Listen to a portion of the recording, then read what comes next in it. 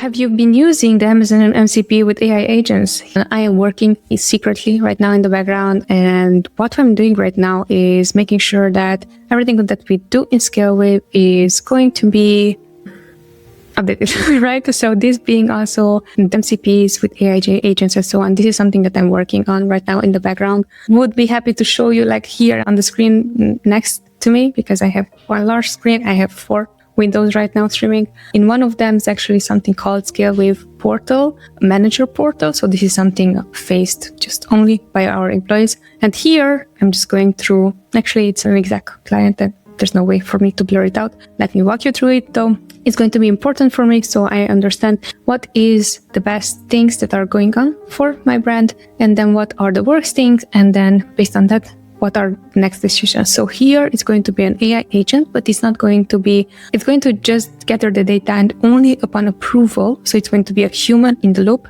it's going to go further and going to take some actions. But definitely I would highly encourage you, if you're right now in the blur when it comes down to AI and AI agents and MCPs, I would highly advise you to check it out. Why? Is because this became the norm, and right now I'm just a bit upset that last year I was the first one who created this amazing platform with Snapple and for product image and so on, and I was not more vocal about it because that was my first mover's advantage. Right now with ScaleWave, I'm just catching up with that. But to your question, yes, definitely we are, and I believe that even if you're not considering right away implementing, someone watching this video should be at least looking up on how would these AI agents and how would CPs help your brand presence on Amazon.